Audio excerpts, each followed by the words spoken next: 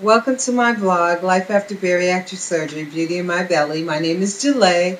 I know I have been missing in action. I am back to share with you 1 year after having gastric bypass surgery and just fill you in on what's been going on. And actually, I still have my treasure box, something to share with you. I will. I always said that I would keep it real with you guys and be honest. I ran into a very serious situation, threw me off track, and in the process, I actually lost all my information on doing the blog, all my access sites and computer information. It was very difficult for me.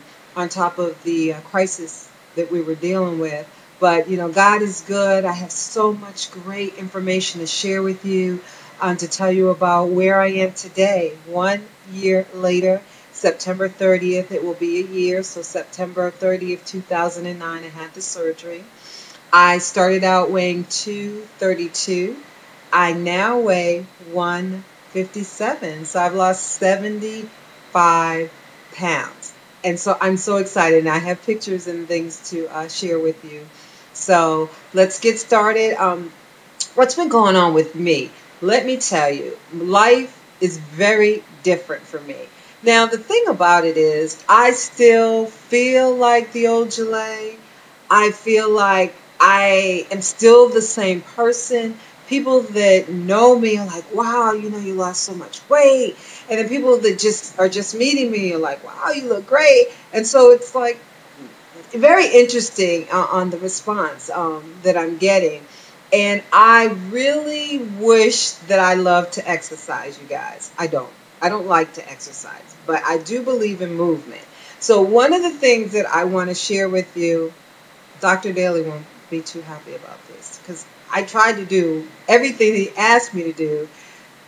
Sometimes it was not as successful, but I really tried to do what he asked me to do. So it became, there was a time where the weight was just, it was just coming off so fast, and it was kind of scary, and everybody, I kept hearing people, oh, you're going to be sick and you're going to look bad, and you know you hear this information, and then you start thinking about stuff, and you start putting your own little mix into the pot, and you know what your doctor tells you to do. I really tried, Dr. Dilly, to do everything that you asked me to do, and then you try to put your own little mix in it. So I did a combination of all of that. I learned to eat oatmeal, you guys, like really eat oatmeal. Why? Because when I had oatmeal in my stomach, I could do some things. Let me tell you. But today, I will share with you, besides the oatmeal, I have, I haven't had a burger. I haven't had fries. I haven't had a Coke in a year. Now, when I say a burger, fries, and Coke, I mean collectively. I actually have not had a uh, a hamburger like I love them. I've had a turkey burger. Wasn't a big turkey eater before, and you guys might know that because macaroni. He is a no pork in the house kind of person. And I understand for you guys out there, pork is bad, but I had enough turkey, and we still have a turkey household. But sometimes I just look at that big, juicy hamburger, and I just want to bite it. Or I'm driving by a burger joint, and I just said, "Oh, I would just love to have burger, fries, and soda." The cravings do not go away. And the issue that was really interesting that came to me through this whole experience is I had a problem with food. Now, that may sound crazy coming out of my mouth, but honestly, I did not realize how much of a problem food was in my life. How I ate in times of emotional crisis or when I was going through things. It was very easy for me to eat. I'm not going to say it's any different now. I still get cravings. I still drive by and go, oh, I would love it. And I start thinking about how good it tastes and, oh, just back, you go through this, but it's not worth it. Once you have that experience of the pain, and when I say pain, it's the whole, I call it cleaning my pipes. cleaning my pipes. And when you're in a place that is not your own powder room, or you happen to be in an area and you need to get to a powder room, and it's not someplace you really want to be, you learn to second guess eating certain things in public. So, there are times I'm driving by, I'm like, ooh, and I have not got to the point where I will get that food and bring it home. The closest that I've had is, a couple of fries. It's just not worth it. So, you learn to eat differently. The cravings do not go away. This helps. I would do this surgery 100 times over.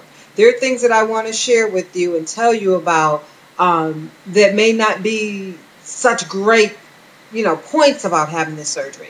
But since I've had the surgery, I would definitely do it again. I would recommend that other people, seriously consider it. I am glad that I had the courage to do the gastric bypass and not the lap band. Nothing against the lap band. For me, it was about my diabetes. Now, I am not on any medication. I was on insulin, and I also was taking tablets as well as some other medications. I am not on medication. I do want to say, and this is not the gospel, this is my experience, it's my words. I'm trying to keep it real with you. That was always my point, because when I started, I didn't see a lot of people that looked like me, or, people in my circle. There was a couple people that had surgery, but really not that many. I talked to anybody and everybody that would let me talk to them about having the surgery prior to having it. But, I lost my train of thought, you guys. I really thought that once I had this surgery, it would, make everything okay. And it really doesn't. You still have to work through some of those issues. And with me not being on the medication and not, really having the diabetes, it's a great benefit. And where I was going is, for me, I started having private summers, and some of you ladies know what I mean. I'm like, 1 minute I'm, burning up. The next one I'm like, I'm so cold, and all night long, on and on. Went away for a while. The second surgery, you guys know I had a second surgery, came back, and then I was good for a minute. Now, I'm experiencing that again, and I'm not sure why. I mean, at one point, I was told that it possibly could be, was it protein or some, problem with my protein levels, or, I am going to be the big 50 next year, so there's no telling what's going on with my body. There's things going on right now, and I'm like, are you kidding me? So for me, that's the way I feel. I feel like, I kind of got introduced, and it just might have been timing, but that's where I wanted to go with that. The other part of it is with the fast food. In my title of my blog, it says Life After Bariatric Surgery, my journey to a better lifestyle and without diabetes, and cupcakes. Oatmeal. Oatmeal will allow you to eat cupcakes. However, the next day, you're in the powder room cleaning your pipes. So, that's the thing. You could do it. Sometimes in the beginning when you do it, it's not very nice. Now that I'm coming on a year when I do it, still not the best thing, but it's a different type of reaction on your body. So you kind of go in the powder room, clean your pipes. Sometimes right after, sometimes a little bit after.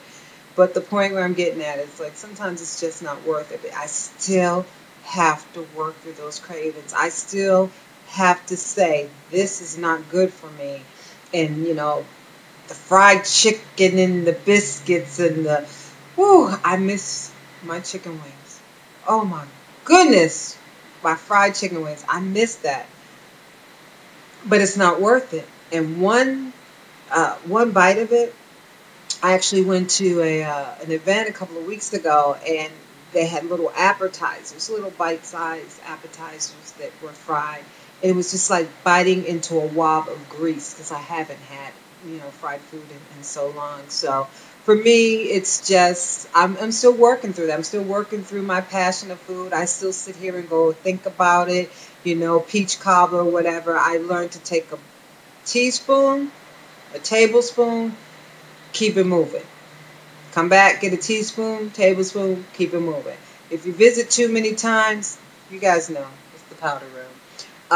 And so the other part that I want to talk about is uh, the weight loss. When it was coming off so fast, I have a girlfriend that I've been connected to from having the surgery. We have a mutual friend, and she said, "Hey, she lives there with in Atlanta area with you. She had surgery a year ago, so we've connected, become good friends, and part of it is she has always been able to eat whatever she wants. She just eats little meals throughout the day, but she's always been able to eat certain things. There's certain things that I just cannot eat. I mean, um, right now I'm trying to think of something that I can't eat. Got food, like the food that's, I cooked something today, macaroni. I'm still cooking. So I'm cooking for him, which, now he's like, "Hey, I ain't have surgery. You got to cook today." Because sometimes I'm not hungry. I just want to drink. Drink some water or something, juice. Well, juice is sent into the powder room. So, I drink water or Crystal Light or, soda. I'll come back to that one. But then I'm not hungry, and you don't eat and drink. So, I have to cook. But when I cook, I'm still having to realize that, I don't have to cook these big meals anymore. And the next day, I might be okay with it. But the second day, I can't eat leftovers, you guys. It's, the powder room. So, those kind of things, I'm thinking of eggs. I can't eat eggs. Can you believe it? I used to eat my eggs and my toast.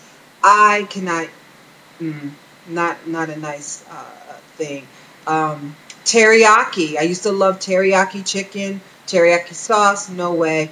Chinese food. No way. I mean, part of it is cream sauce, my Alpharetta things. Then there's tons of stuff that I can still eat. But it's learning to change my um, my eating to accommodate having the surgery, because after a while, in the beginning, you guys, I was like, I can't eat anything. Well, I can eat a lot of stuff now. And there's things that I can eat that I was told that I wouldn't be able to eat. But I'm eating a lot of things. But you just kind of learn that, I'm not going to do that. And the idea of having to be in a bathroom, where that is just a major pet peeve of mine, is to be in a bathroom that is not well maintained out in public somewhere, because I've chosen to eat something that does not agree with my stomach.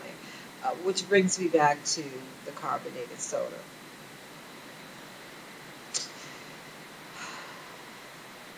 They tell you not to drink soda. I know, Dr. Daly. And the first time I got up one morning and I had to do the Walmart run, everybody's sleeping. Let me go to Walmart. And, I saw that Sprite in there in the refrigerator. I was like, oh, let me have a can of Sprite, and you can't sip it. Like, I'm a gulper because I used to really get thirsty. But, I drank that soda kind of, pretty fast. And I'm like, the gas and everything.